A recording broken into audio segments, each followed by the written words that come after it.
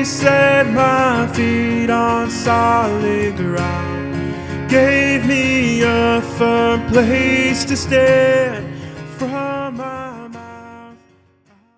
Hey everybody, welcome back to another episode of Live in the Studio. We are here today with Parker Robinson. How are you, man? I'm doing well. I always jump ahead and start talking right away, but I'm just going to be, will you introduce yourself to us? Tell us who you are, what you do. Yeah, so my name is Parker, and I am a musician. I'm actually a worship leader at a church called Moments of Hope, and that's where I've been for the past couple of years, and it's been a really good time, good blessing. Awesome. How long have you said the last couple of years you've been there? Yeah, last couple of years. So I actually, from COVID, that's kind of when they started, and they were pretty much just remote, like online. Yeah.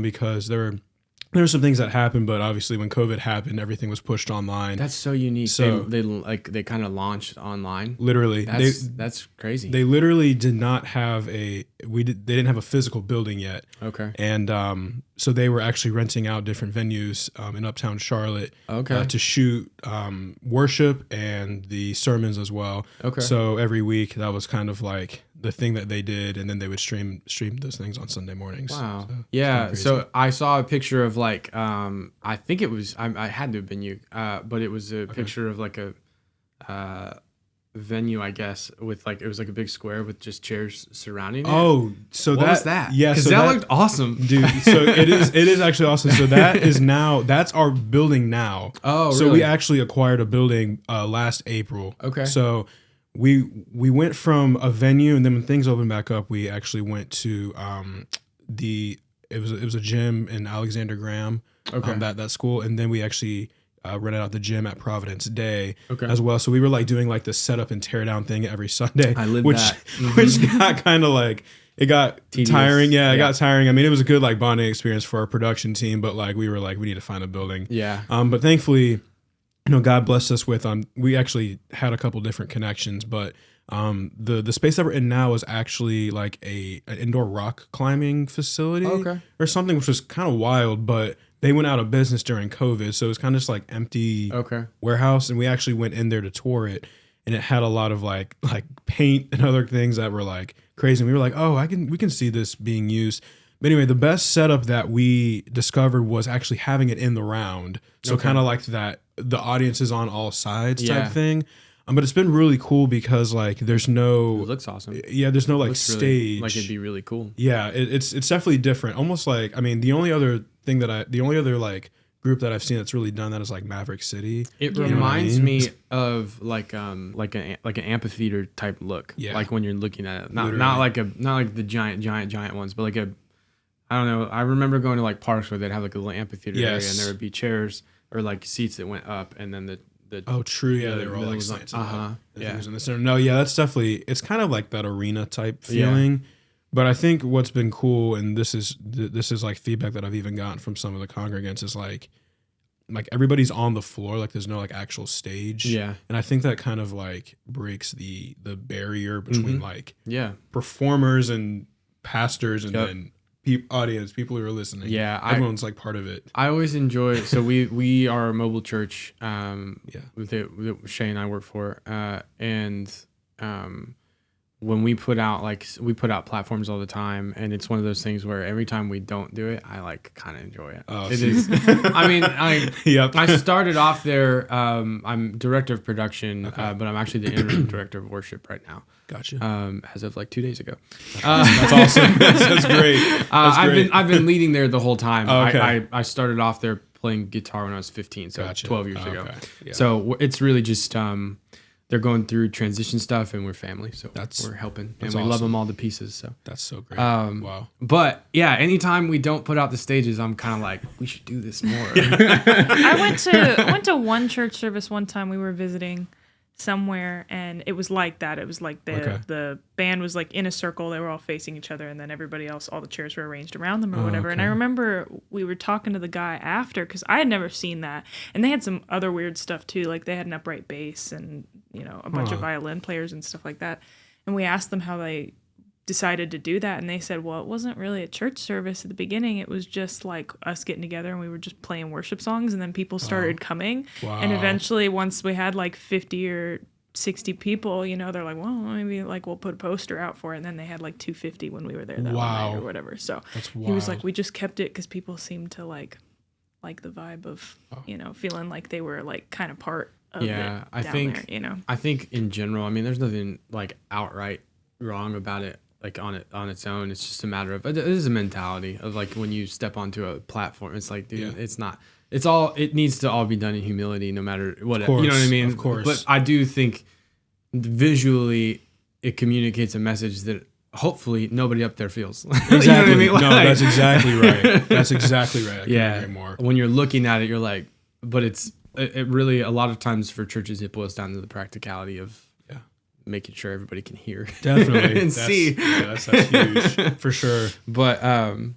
yeah. So yeah, tell us. I mean, so you're working for Moments of Hope, but then like just background in music, like further back. When did you start learning? How did you get into everything? Totally. When did you Yeah. So music kind of like has been something that's always existed in my life. Yeah. So I started playing violin. That was the first kind of exposure that I had when I was in kindergarten. So like 4.5, 5, somewhere in there.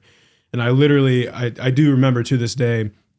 I was at a bigger school at that time, but I do remember the violin teacher like visiting each classroom and like asking like a show of hands, like who would be interested in playing violin. And I think I was like one of 2 or 3 people in my class that like ended up raising their hands. And I think like that class at the time, like I actually ended up going and like doing a trial lesson, and then I ended up staying with it for 10 or 11 years. Wow. And it was just a lot of classical like repetition techniques and stuff like that. And it was great. And we had concerts.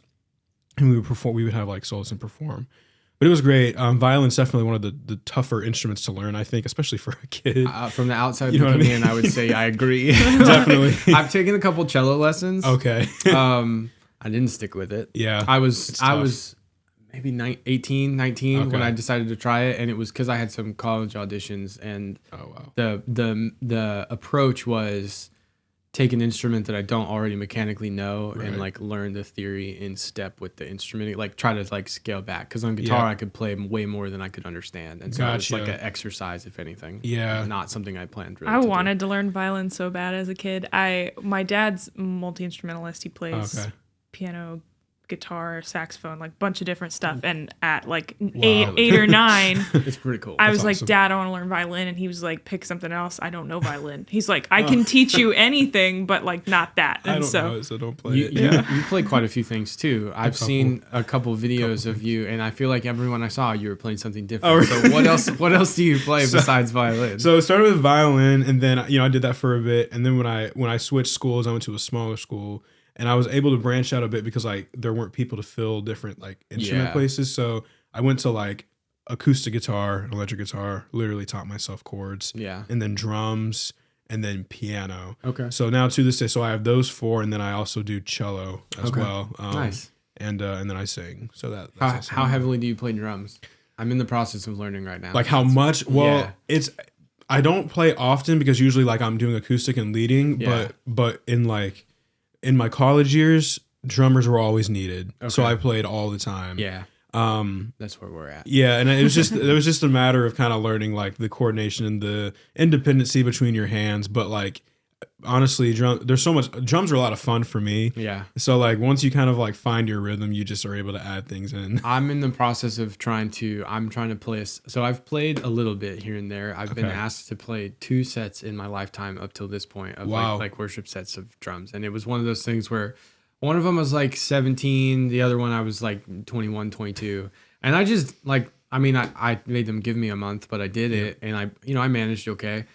And it's one of those where I do a ton, like a not cool amount of programming. Oh yeah. So I'm very familiar with the different like subdivisions and like how to actually make a fill work and when like what's supposed to be happening, I'm very Yes. familiar with. How to mechanically make it happen is the part that I like take a minute to acclimate. I understand. But I'm playing a set hopefully on like April 2nd. That's awesome. Oh, you putting it I'm out down. there now. I'm down for Cajon in case I need to Oh, chicken okay. out.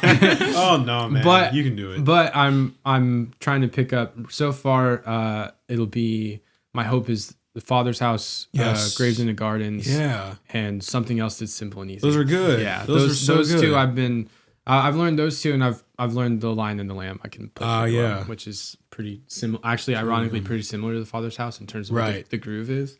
Oh, this house is good. But yeah, so I'm trying to get there. That's awesome. That's so cool. I started off on guitar though as well. Right. Like I started off there and then picked up.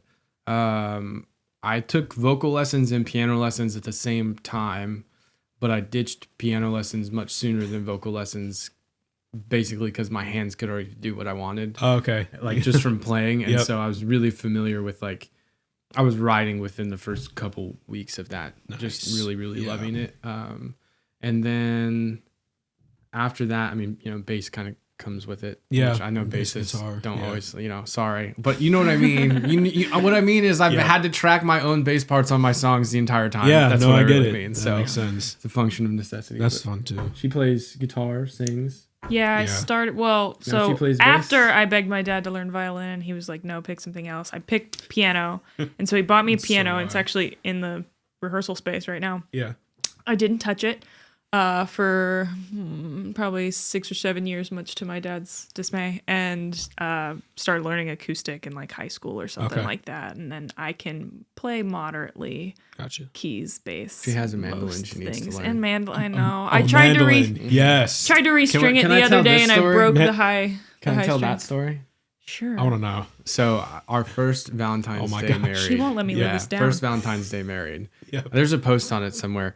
But I went to like a local guitar shop and was looking around and bought her this like acoustic electric mandolin. I was going through I like a didn't- folk music phase. Full Gotcha, disclosure, okay. I didn't tell her what it cost, but she never learned it, and it was fairly expensive at the time, Oh, especially I had for two 19-year-olds. no my. idea how much he spent way more than I thought he did. I on mean, it. not like I okay, found the it was receipt. it was like $600 or $700. Oh, okay. right? I Which, mean- but at 19, Totally. that's like large. a couple paychecks. Yeah, that's large. Yeah. That's large. I found the receipt like 3 years later, and I was like, "Oh my god, Keith, you What am I cannot do that." doing?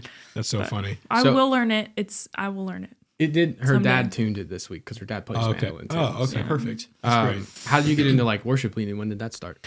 That was something that kind of like, again, because I went to a small school, like a lot of the people that were in like the praise band I was in were wanting to like branch out and try different things. Mm-hmm. And I remember that we actually at one point like needed a male vocalist for a song Yeah. and a male harmony. We've And I got was some like, very similar stories here. that's so funny. But it was just like, I was like, okay. Yeah. So like in 7th grade, I think was like the first time that I actually like held a microphone and sang. Yeah. And I was terrified. I'm not going to lie. Yeah. Cause like, I feel like everyone should be, but not Yeah. everyone is. You know what I Right. mean? Like some people, it's just there. yeah, some people just like get it. Looking at you. Whatever. Oh, okay. So you get it. But I was 7th grade. I was scared out of my mind, and I was also singing a harmony.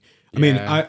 I could always hear harmonies, but like again, like actually holding the microphone and doing it is crazy. But the actual like the comfortable like worship leading probably came like 10th or 11th grade for me. Okay. So somewhere around like 16, Like 17. local church kind of thing. Yeah, kind of. Yeah, local church stuff, and then within the school as well, because Okay, like we like had like FCA kind of. we had like chapels and stuff like that, and like Okay. different events.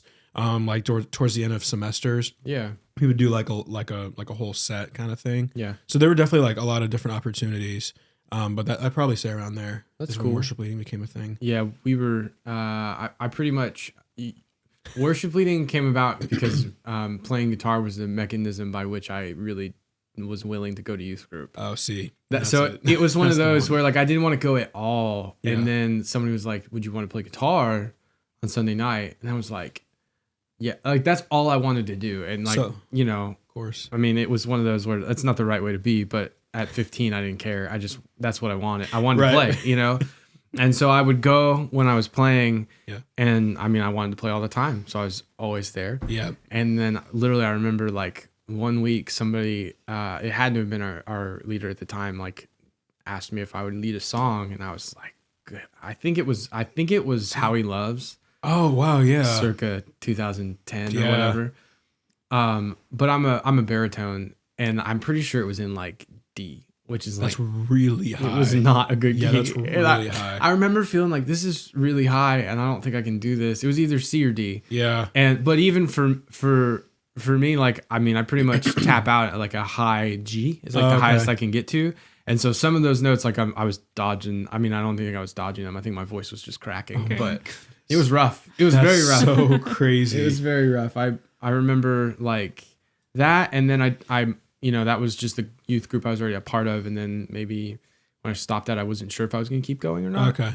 But I ended up, like I said, I went to a church where I joined a band with another worship leader, and she was a vocal coach too. Oh yeah. And that kind of, once I got into songwriting and that really picked up, all of a sudden I really wanted to sing so I could sing what I was writing. Yeah. And that's that's really cool. what paired it for me. That's so cool. Do you do a lot of writing? I do now. Yeah. I actually didn't do, so I think the first song that I like ever attempted to write was my senior year of high school. Mm-hmm. And that was because that was like one of the I actually had a really good like she was a really good, like, I guess she was the director, but like the music director, I guess, but she did a lot of like the worship and chapel related things. But she like always like was prompting us to be creative or to get out of our comfort zone, actually, is what it was. So I remember that we did like this writing exercise, and like a song came of it. And I was like, wow, I actually really kind of like this stuff. And then I went to Liberty, and I did do writing for a while, actually. And then when COVID hit, I actually wrote a song again. I mean, pretty much out of being bored and wanting to like do something different with music, and also wanting to like, because I was learning like how to produce and release songs. I wanted to like have a project and then like finish it to that point. So I did some writing then, and then I want to say that like my first official, I think that's pretty good song is Psalm 40 that I wrote last year. Awesome. That's what you're gonna play. And that's what I'm later. gonna play. Awesome. Awesome. Definitely. Yeah, I didn't write this one, but I sang a song called Psalm 30. Oh, okay. And every time I see another song labeled Psalm, it's like it shows back up in my head. A really dear There's friend a of popular mine. one that's like Psalm 23 or something. I think out there 23. too. That's Shane and Shane, I think. Yeah. Yeah, I had had a goodness. really dear friend of mine wrote the song Psalm 30, and I wrote a song called Holy Ground. We traded them for the last two songs on the album that we were working on at the time, which ended up being a really cool thing. I'll show them to you later. Awesome. Yeah. So we've seen. I saw a photo of this. What is tunnel worship? Oh yeah, man. It's another, like, you have a couple pictures on your page that are like really cool looking places to get to go play. Yeah, man. That was another one. We were like, where is this? Yes, dude. Tunnel worship. Okay, so I became involved with that, and my friend actually was like kind of like the leader guy on that, or the guy who kind of like organized those things. But that was like I think it was every other Friday of the month. But there was this really large, like I don't even really know how big I could say, but this large tunnel that ran from fit like 40 of you guys in there. No, yeah, I mean like, it was ridiculous. Yeah. I mean, I want to say it was maybe like a quarter mile. It was long. I mean, it went from East Campus and it ran under all the way to Central Campus. Okay. So it was a way for people, because East Campus was probably like the furthest like out from the main part of campus at Liberty. So if you just walked to that, everybody could kind of like come down and then walk through that and get to their classes. Okay. But the reason that it started in there is because the reverb in there is absolutely insane. Sure. Yeah. So like when you start singing, you just have like this huge hall effect. Yeah. So it just became like, I mean, it was something that existed before my time, and I went there in 2017. But I remember getting involved in 2018, and it's like, come out to tunnel worship. And I was like, what is tunnel worship? Yeah. And then it just sounded kind of odd. But then like I went and I was like, oh, it makes so much sense. So like there's just like tons of music majors and people that like sing and lead worship will gather and kind of like be the band. Mm-hmm. But then like tons of people from campus will also come and like out, it's great. So like a ton of people will get involved, and then like you can hear them from forever away. It's so loud. Is that still going? Definitely. Yeah. Definitely. Awesome. That's really cool. It's so crazy, but it's a cool, unique thing that they have. That was at Liberty, right? That was at Liberty. If we're ever in Virginia, we should go. It's Virginia, isn't it? Virginia, Lynchburg. It's like 3 hours. Yeah. I lived in Virginia for 2 years. I lived in like outside of Richmond. Oh, that's so we had 45 minutes friends that like were a part of like when my parents were teaching, they were like a part of their youth group or whatever. Oh, wow. Like came and stayed with us while they were doing all their like applications and interviews for Liberty and stuff like that. So I was familiar with it, but never went. Was it your sister that almost? No, that was went Duke. to Liberty. That was Duke. That she was. Yeah, I don't know. I mean, I didn't. Community college graduate here. Yeah, I understand. It's all good. Yeah, that's crazy. We so it's interesting, like different backgrounds in this, because like I mean I do a lot of production, obviously. Yep. But I started just like right out of high school, just tried to find places I could do it. Yeah, man. What was it like, kind of going to school for that specifically, or you can, because I don't actually know, like what was your specific focus and all that? Yeah, I know you did some of it, but yeah. So like it's funny. I actually, that's a whole story in and of itself. But I actually did not go there.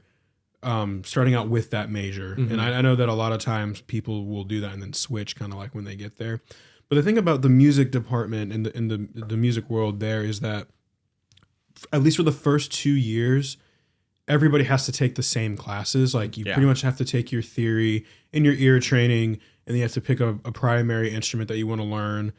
So a lot of the music majors looked the same, and it was the last 2 years where you really kind of went off into what your degree said it was, where you started actually learning those things.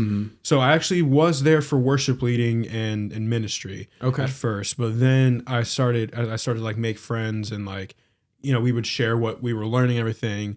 They would tell me about like these production things they were doing, you know, using Logic and Pro Tools, and I was familiar with those names. And talking about how they worked in the studio there and everything.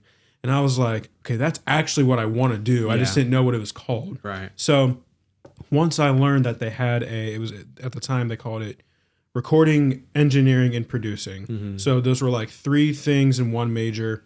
And you learned how to do each of those things, like pretty much one of those things per semester in your last 2 years being there. So I ended up switching to that when I think I was a sophomore, and it's a commercial music degree, and it's also a Bachelor of Science. So I ended up doing that, and it was really cool because a lot of the classes I was in, it was like in a setting like this where I had like, you know, mics and recording gear. So one of my classes I specifically remember I loved so much was actually learning about the hardware of being in a studio or even being like in a church, like how things connect, how you connect mics, how you connect mics to interfaces and stuff like that, which is great. A lot of like the technical stuff that I felt like I didn't know. Yeah. And then like another one of my classes was about the software part. So like the actually recording the things, and then the pre-mix, the post-mix, and then the mastering, stuff like that. Yeah. So all of those things were really helpful in especially like the mixing and mastering and production is what I really wanted to know, because like when I was younger, like I actually had like a little iPod 4 that had GarageBand on it, and it was like a really small way to like kind of get into producing. But then that like the creating the songs on that thing really like, that's kind of like what was always within me of like wanting to be creative like on a bigger scale. So I think that degree was really just what I was looking for. You know what I mean? Yeah. And then I was glad that I was able to switch to it and kind of like pursue that. What was like one of the funnest things in that process? Like when you did switch, because right, you're basically saying for the first 2 years you were just like doing what you had to. For the last 2, what was like one of your favorite things you got to do? So we actually, I think it was it my, I can't remember if it was my junior or my senior year, but the School of Music actually started these remix competitions featuring Christian artists, which was crazy. And the School of Music at Liberty actually has been collaborating with Michael W. Smith, which is kind of crazy. I saw this in your Spotify thing. It was so nuts. So they started like creating some new commercial music degrees with him.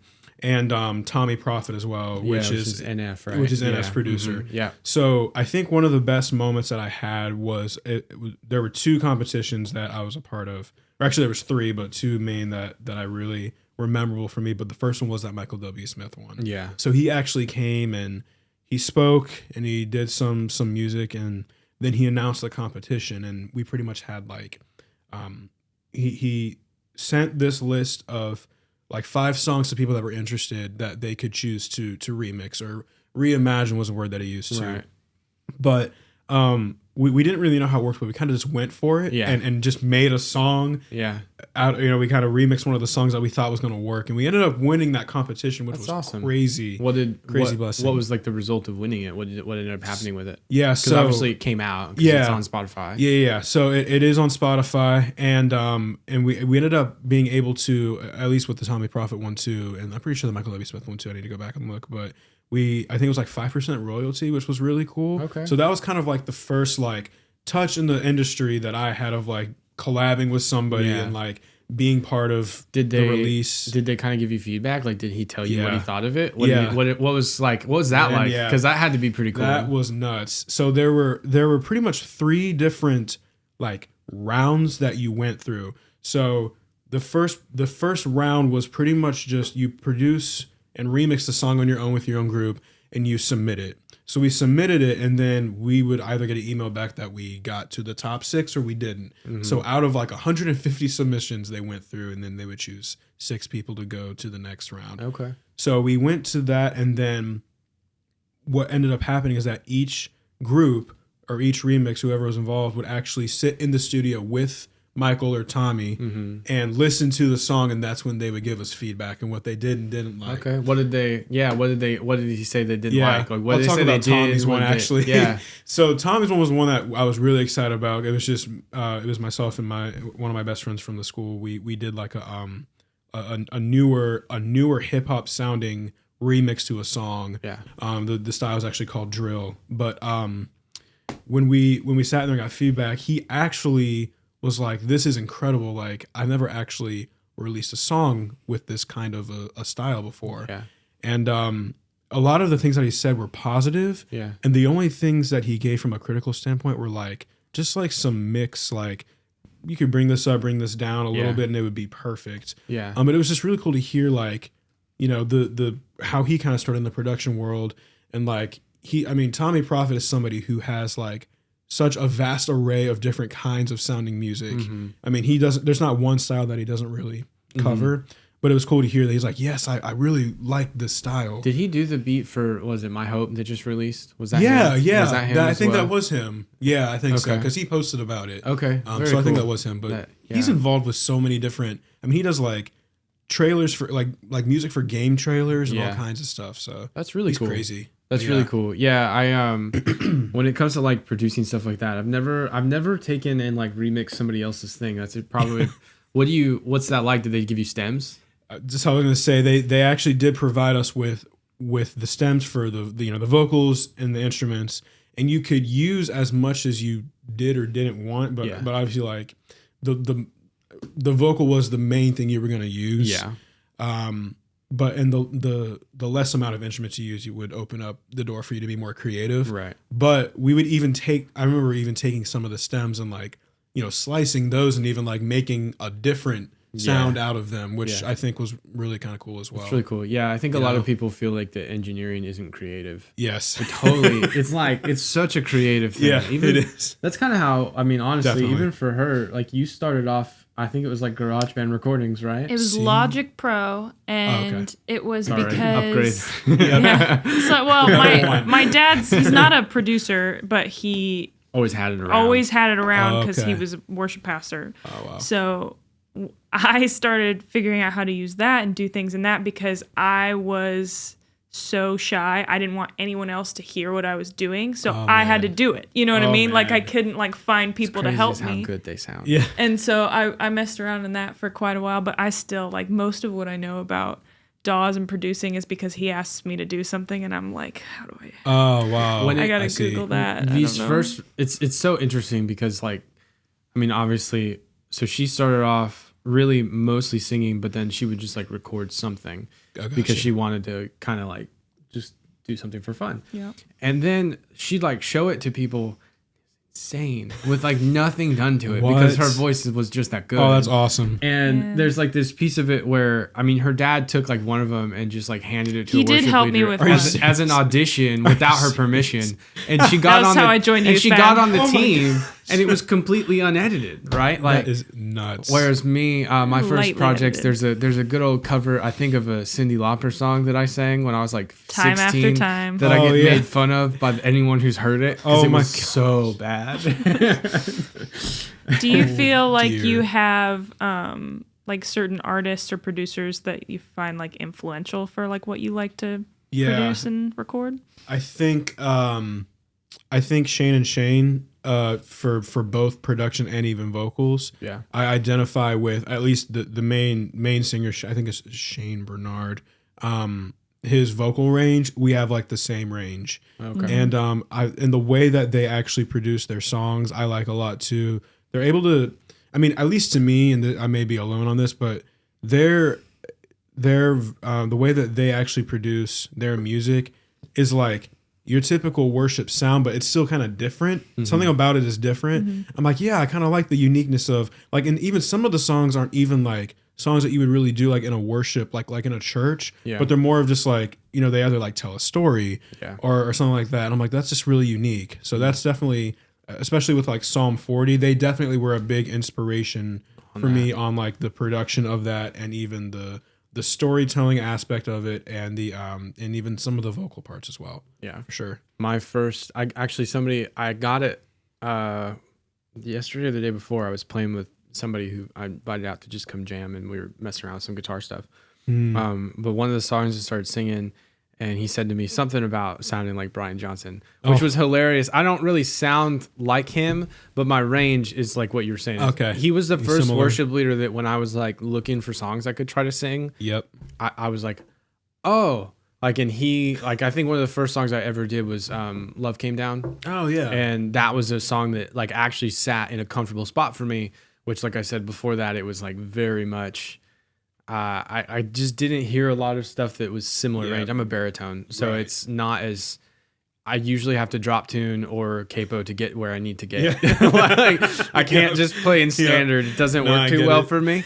Who were some of like your great. first Yeah, influences in that? I don't think I ever, well, okay, there were people who were influences, but I wouldn't say it was because I felt like I could sing the songs or our ranges were the same. Like I don't know how to say her last name now, but Taya Smith, Yeah. love her.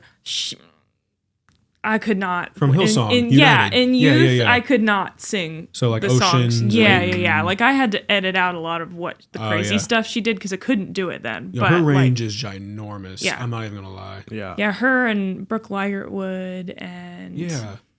I'm trying to think of who else. I had a lot of non-worship influences too, Yeah. vocally, because Yeah, I I didn't. understand. I was pretty because I was a pastor's kid. I was pretty like I like to listen to secular music Yeah. outside of that Not pretty worship stuff. regularly because I was like Sure. I have to listen to it all weekend. Sure. Like No, I I need get a it. break. So I get it. Yeah, I really don't listen to a lot of worship tunes these days. I think it's just because we're writing them so much. It's like you stop. Like Yeah, eventually I you get hit it. this don't place want as to a accidentally producer steal where somebody's. you stop. Yes, that's so true. Yeah, you stop trying to intake the genre you're trying to write in. Yes. And so a lot of my influences as far as like what we write now comes from like it's all over the map now. I mean, I think that's a good thing though because Yeah. like it like opens up an opportunity for like a different style. Yeah. but with a good message behind it. What's like some of the biggest hurdles you've faced like in songwriting, production, worship leading, like whatever comes to mind, honestly. Just like challenges, maybe. Yeah. I think that it can be tough sometimes. I mean, I know that for my writing, like I want to write something that I feel like people need to hear, if that kind of makes sense, or maybe more so a message that I feel like people miss sometimes. And I feel like I wrestle when I do write, like I wrestle with trying to find how to get this to fit exactly right within a song. That's definitely a hurdle for me sometimes. And even like the writing that I do now, like I'm also trying to even kind of like we were just talking about, like find something that people would be interested from like just the production and sound perspective. Yeah. Like that would catch their ear and they want to know like what's this song about? Yeah. Type thing. I think music is such a good way to like communicate to people. Yeah. And I think it's something that's like, it's kind of like that universal language type thing. Yeah. I mean, when something's going to lift you up, you know what I mean? Something Yeah. like that. It sounds like one of your hurdles just in talking to you the past couple of minutes was figuring out that production was the thing you really love. Yeah. That's a for great, darn sure. That's a great, Yeah. even just takeaway of like, I think a lot of people are afraid to try different things and like figure out where they land. Definitely. And for me, that was kind of a similar thing. Like I started off with that job post-mixing services. Yeah. And I did not really plan to do that. I just kind of like fell into that. Yes. Well, I mean, the Lord walked me into it. Right, But from my perspective at the time, like it wasn't a plan. Yes. And but I got into it and all of a sudden I'm doing the same thing for 30 hours a week that like people are like, how do you sit there and do that? And I'm like, I don't know. It's fine.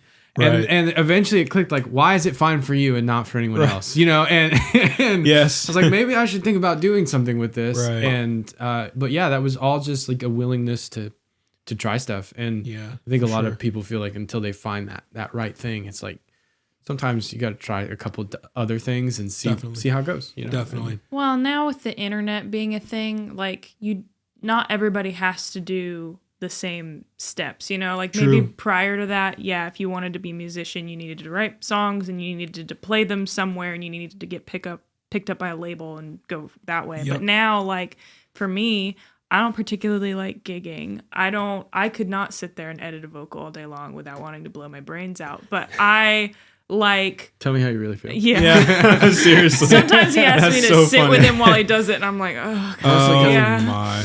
I don't mind it, but I do enjoy like I've gotten to the point where I don't like, especially with final vocals, you're very attentive, but with scratch vocals that are not meant to do, like I will like put a show on and tune a scratch vocal. And just like, that's fun. Figure out what key we're in. Make sure I don't put any notes outside of the key. Oh my gosh! Pop on like I don't know, what's a good Batman, whatever. Like put it on the thing and just watch Batman while I tune. That's so. I did that a couple of weeks ago. That's so crazy. They pulled. This is totally random, but in case you were wondering, they pulled Batman off of Hulu after like 2 weeks. I made it through the first two, and then they pulled the third one. Oh, that's rude. I was sad. I was going to finish the trilogy. Now I have to rent it. Yeah.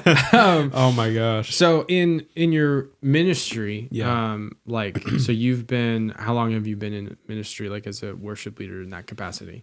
I guess not too long because I graduated from Liberty in 2021. Right. But I did have a lot of ministry opportunities within the school. Yes. And I also was on a team. I was on it's called LU Praise. It's a gospel choir team that they tour to different churches and different events. So that was definitely like a good like ministry opportunity for me. Yeah.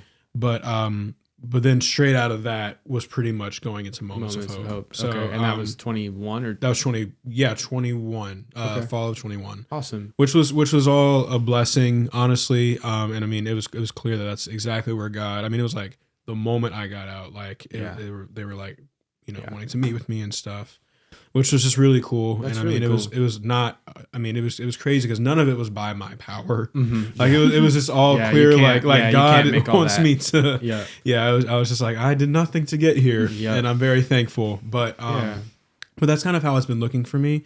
And it's been cool because like I watched Moments of Hope go kind of like from the start to where they are now in the building and everything. And through those seasons of the church, there have been different unique ministry opportunities within those moments. And even now where we are, the building. You punned the name of the church without even. No, seriously. Oh, unique moments. Yeah. Was that on purpose? Actually, it wasn't. Okay. It was kind of just natural.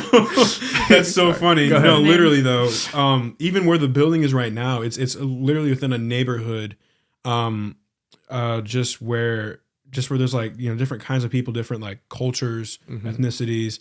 And we've been able to do like a couple like outreach events to like those neighborhoods, which has been cool. And we've actually like seen people come from the neighborhood. Yeah. And then even like some of the youth events that we have, some of the kids will like come. I think we had like 10 or 15 of them this past week, which is cool.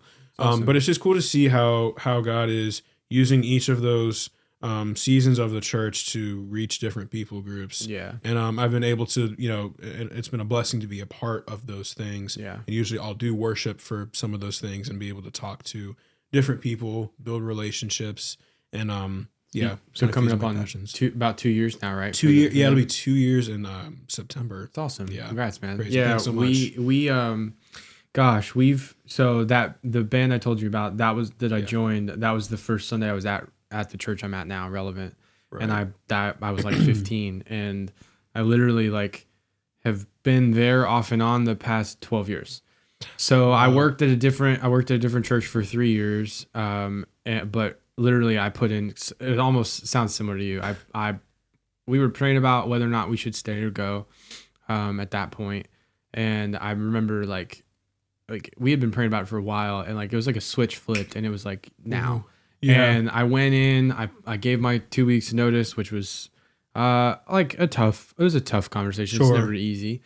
But literally I did that, and that was on a Monday. And on Friday, I got a call saying, "Hey, I don't know if you're free, but Relevant is blah blah blah blah blah." And it was literally like 4 days apart. Wow. And that was another one of those things where it's like, yeah, I mean, I didn't even when like, I'm free now.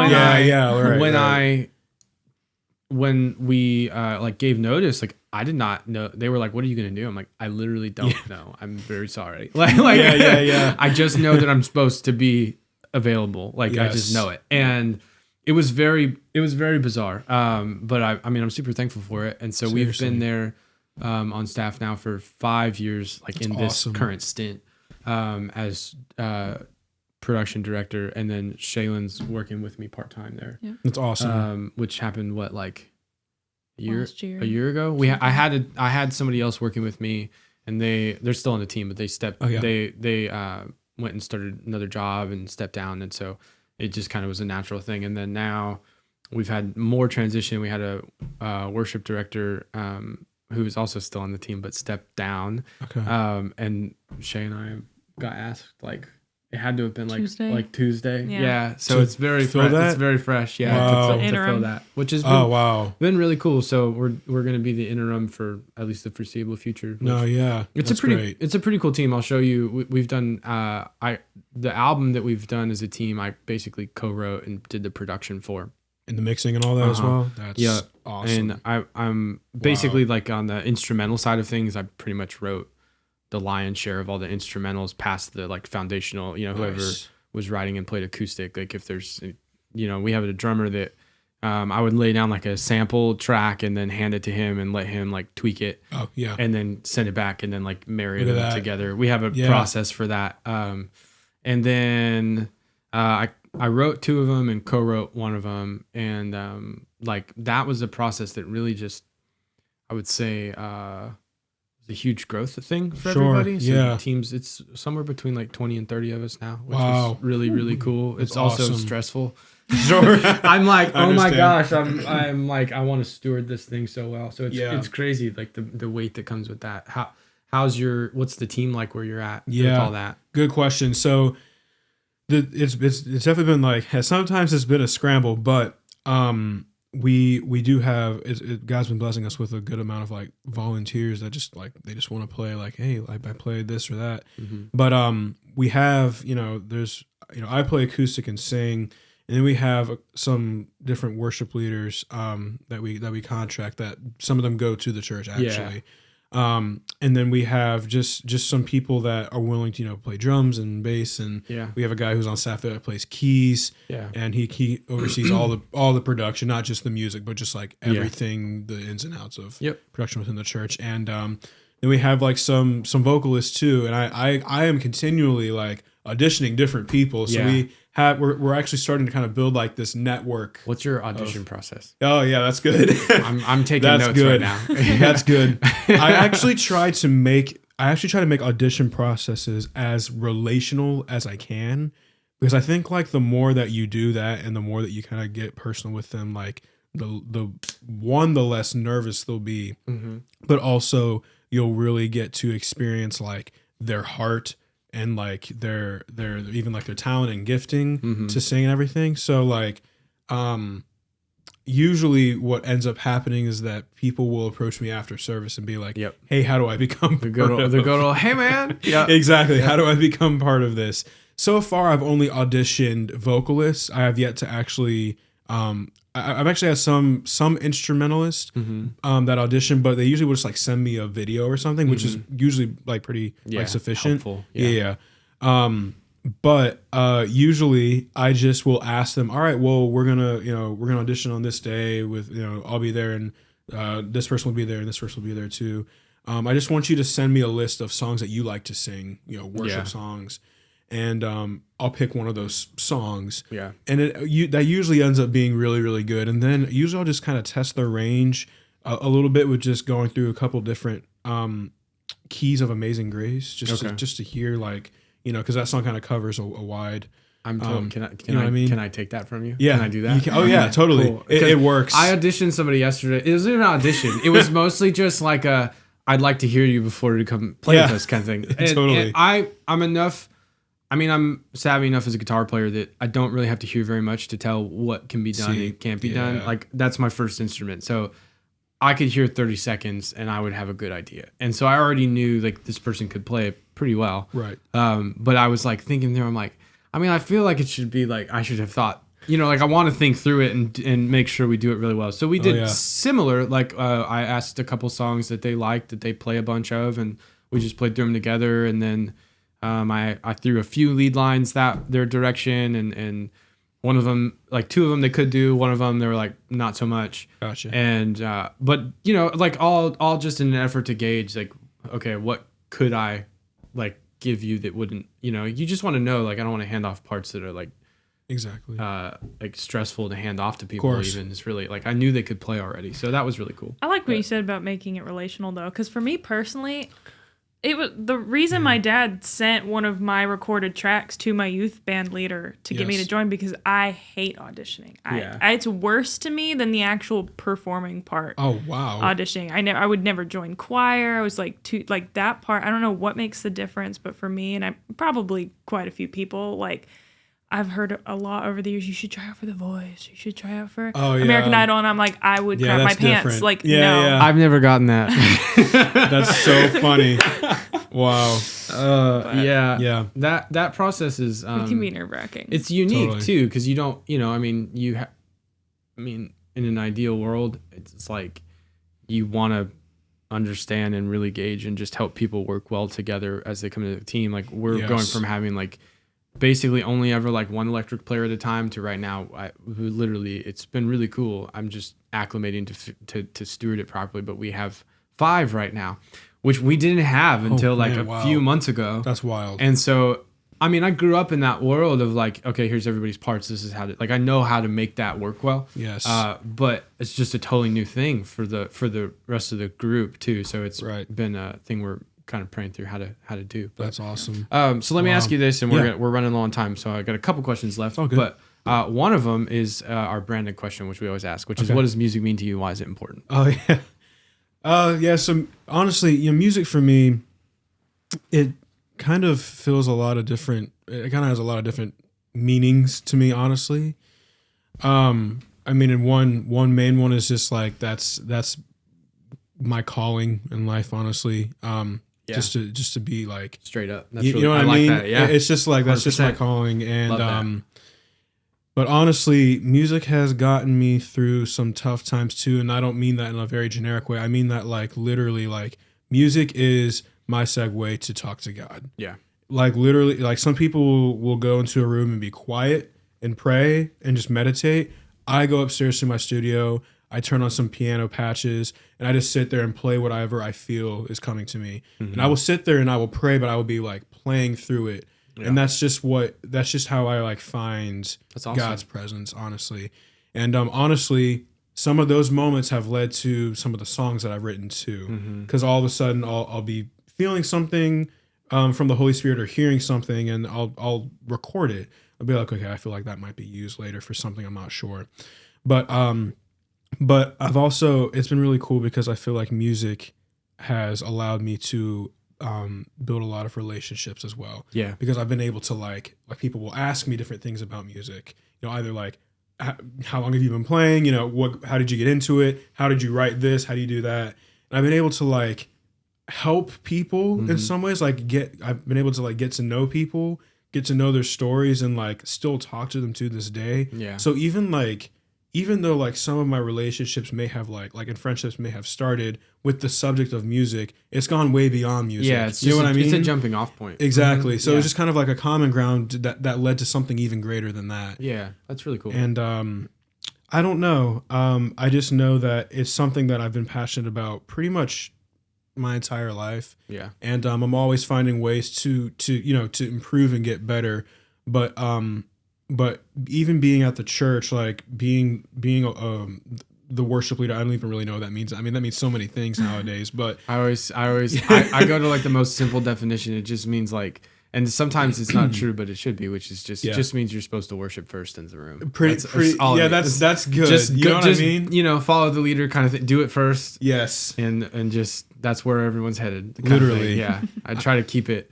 I try to not complicate it. Exactly. I don't want it to sound Yeah. bigger than what it means. It doesn't mean anything crazy. But even going back to and this is something that I've even noticed, like that God's kind of put on my heart as well for kind of being that figure, I guess. Even the way that the church that I'm serving at now is set up, I've learned that being that worship leading is more about getting the people to feel like they are in God's presence more than like you're performing for them. It's more about like their response to what God is doing. Yeah, you know what I mean? I think it's like a recognition. I think it's really in from that perspective, and this might not be a perfect. I'll preface it before I say it. It's not like everything that is. It's not this concrete thing in my head right now, but I'm going to say it, and we'll see how it lands. Which is just that it's really a recognition by me anyway in that moment that like God's presence is already there. Yeah. And like for the people that don't already know that, yes, telling them and just being declarative about it, that and an invitation like into that same place. Really, first as a worship leader, quote unquote, it's just time with you and the Lord. Yeah, man. And you're doing it in the room with other people, and that's the simplest way I can put it. Like simply, it's this thing that I don't feel like I'm perfect at by any means. Like no one is, and sometimes you have doubt when you're going into it, and you're not sure if like. I mean, there's a lot of things that go through your head, but ultimately, like it's a surrender that, like, okay, like God brought me here. He knew where I was going to be as this was taking place, whether I'm in a great spot or a bad spot, and it's in obedience to just do what He's put before you in that time. And absolutely. After that, I'm like, God knows what's happening with that. I'm just doing what I'm told. Like, I'm just trying to be obedient in that moment. So it's very much like I spend time trying to understand it, and then eventually I'm like, I don't need to understand. There's no reason. Yeah. I'm with you. I've shared that completely. Yeah. I struggled a lot with I was hypercritical, especially as a kid, of like other worship leaders. I'm like, that's fake. Like I just did not. I had such a hard time as a kid with my perception of that, and then later on as an adult and like being brought up and leading, trying to like overthink. The song Gratitude? Yes. Okay. You know how like the beginning of that song is like, all my words fall short. I've got nothing new. Yeah. Like in my mind, it's like really it's sort of this resignation of all my words are they're bound to fall short. Yeah. Like as in they are literally they can't do it justice. So you're always starting from that place of like you're never gonna have the perfect thing to say. Yep. You're never gonna be in the perfect place as a person. It's literally like the Lord empowering you to do those things, which I'm wild. It's super humbling, and I never feel like it's my place to be there. I just trying to be obedient. Yeah, I get it. Yeah. So that's awesome. Yeah, worship leading is a very I would say special thing. Definitely in that way. I agree. Yeah. That's so good. for you, like the song, we'll talk about the song you were going to do today in just a minute, but like how typically do you take a song from start to finish as someone who's got your toes kind of in the production, in the writing, in the because you're doing them for the live stream too. Yes. I am. That's a big overhaul of stuff to do. Definitely. So songwriting process, I'll talk about Psalm 40 because that's just it's a good example, and it's the freshest example in my mind. But I literally, and again, it was all a God thing. It was all very divine how it happened. But you guys know the Bible app YouVersion? Yes. So like if I had my phone in front of me. But every day it has a verse that comes up, right? Mm-hmm. I literally on a Thursday was filming my pastor for the live stream, and I have my Apple Watch, and Psalm 40 actually popped up on my watch, and I literally looked at that. I mean, like the moment that I looked at that, the song was in my head. Oh, that's cool. Okay, so I literally was so desperate to not forget what I was hearing that I literally, I just had the camera rolling. I left. I went to the bathroom, pulled my phone out. I sang what I was hearing in my head into my phone in a voice memo and saved it. And I was like, I need to go home and do something with this later. So I put it back in my pocket and I went back and I finished filming and everything. So anyway, then I went home that day. It was either that day or the next day. And I opened up the full chapter of Psalm 40. And I literally, I kid you not, was reading it and could just hear a song line by line of just what I was reading. So when I play the song and you go back and you'll hear the lyrics that I sing, and then you'll go back and see it's like almost in chronological order. Pretty much, which is kind of crazy. And some things are tweaked, but it's just raw. So when I saw it, the lyrics were like, or the verses were like the lyrics. So I had that, and then I kind of will take that and fit it into a melody, right? And then once I had that melody, I was able to kind of, figure out a progression that I thought fit the best and still had some unique factors about it. And then it was after I had that acoustic and vocal that I just heard every other instrument, just what I could do with it. The big drums that I have on it, different lead lines and piano and ambient things. So it was crazy. That's kind of how it started though. It was like I saw the lyrics. So usually I'll kind of see the lyrics and I'll take that and then refine it to the melody. Yeah. Some people switch. Like some people have the melody. They're like, man, what words would go with this? But I'm like the opposite. So I'm not sure. Yeah. I'm not sure what like just the most common one is. Different ways. Yeah. Yeah. That's kind of how it went though. And it really like, I mean, the song was written within like 3 days, and then I had the production done within like a week or two. Wow. So it just was like very like the song just made sense. Came together easy. It did. Yeah, those are always like they feel right when you work on them. It's like, done. Like it's just you like open your mouth and like the word vomit or whatever comes out, and it's like wow, that's like perfect. Like, what? I mean, you kind of don't see them coming, and then eventually, the more you do it, like the more you. It was so cool. Do it. Yeah, man. Well, we're out of time. Yeah, so we were gonna wrap up by asking you about the song, but you just told us about it. Yeah, that's the song. That's Psalm 40. So Psalm 40. We're gonna close it here, but before we do, I just want to say thank you for being here and joining us. Thank you, guys. Great to have Seriously. you. Psalm 40 is the song you're gonna play. Will you tell everybody like where? Just shout out socials or wherever wherever they can find you. Yeah, so I actually haven't released a song yet, but it's coming out in March. Okay. And I have different like previews and stuff of it. My Instagram is Parker_Christian_. Okay. So that's my Instagram and my TikTok as well. And that's pretty much all the social media that I do. Yeah. And then I also have Spotify. That's just Parker Robinson. Okay. And there's a picture of me on it and different things. So yeah. Perfect. Awesome. Well, again, dude, great having you in, and Appreciate I'm you, excited Billy. to hear the song. I'm excited to hear and then read, and then I'm going to show you Psalm 30, which is one that I sang that my friend Chelsea wrote, and it's like that's such a cool thing. So we'll see how I'm interested. I don't even know that I'm just excited. So anyway, that's awesome. We're going to close here. Parker, thank you for being here with us, and without any further ado, here is Psalm 40 by Parker Robinson.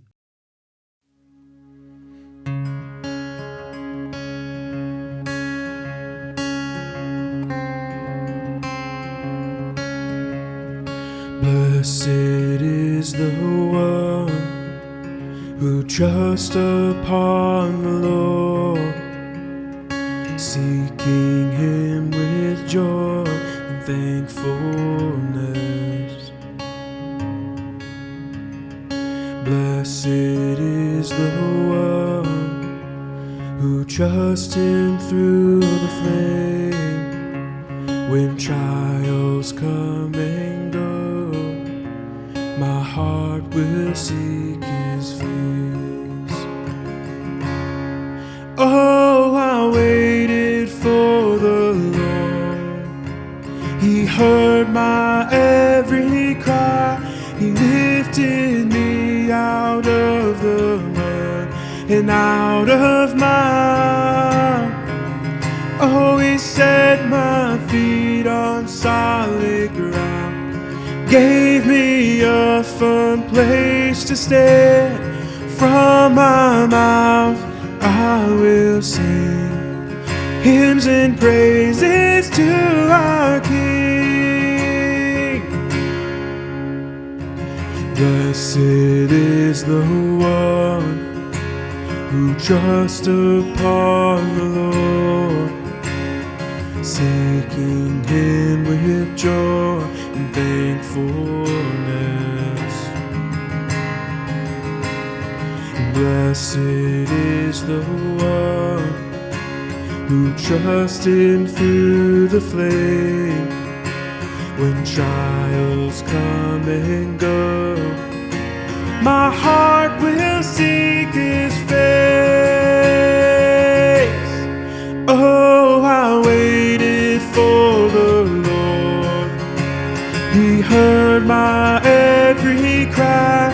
He lifted me out of the mud and out of my. Oh, he set my feet on solid ground, gave me a firm place to stand. From my mouth I will sing hymns and praises to my King. My helper, my healer, my God will not delay. Protector, provider,